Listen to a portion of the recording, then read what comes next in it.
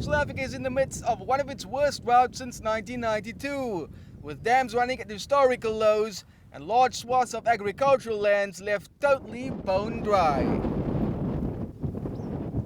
Below average rainfall has caused a crisis in the agricultural industry, and the government now wants farmers to begin to sell their cattle in order to alleviate the pressure on scorched grazing lands. The big challenge that they're facing now is that they're not going to have fodder to take their animals through till the next raining season. So what is the first thing you've got to do? Is you've first got to look at the genetic pool that you're managing.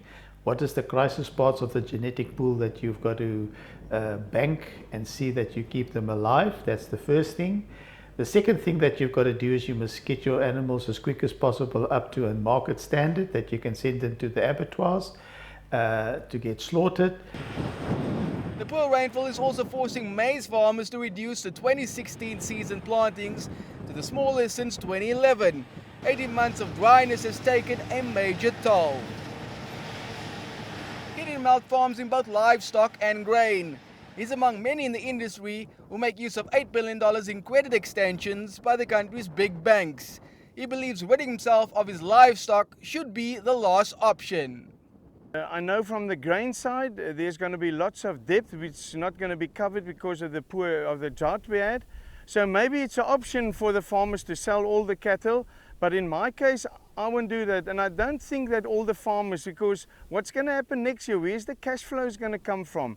Is government going to give us money to buy the cattle again? So that is how farming works. It works in cycles of a year each, and I don't think it's a good option to sell cattle. He's been plowing his field in preparation of harvesting his grain and creating grazing lands for his livestock.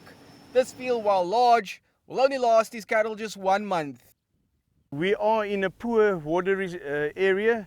This year we only had a third of the rain we normally have in the winter time, which starts in April and ends in September. We only had a third, 130 millimeters of 330 millimeters average, and that puts all the farmers with cattle under pressure. There's enough water, but the problem is with the grazing. That's where the problem comes in. For now though, the whole industry seems to be praying for a late burst of unusual rainfall. But for those already grappling under the immense effects of the drought, it may be too little, too late.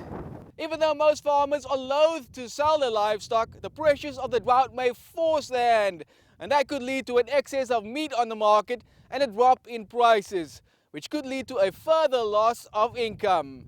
Travers Andrews, CCTV, Hopefield.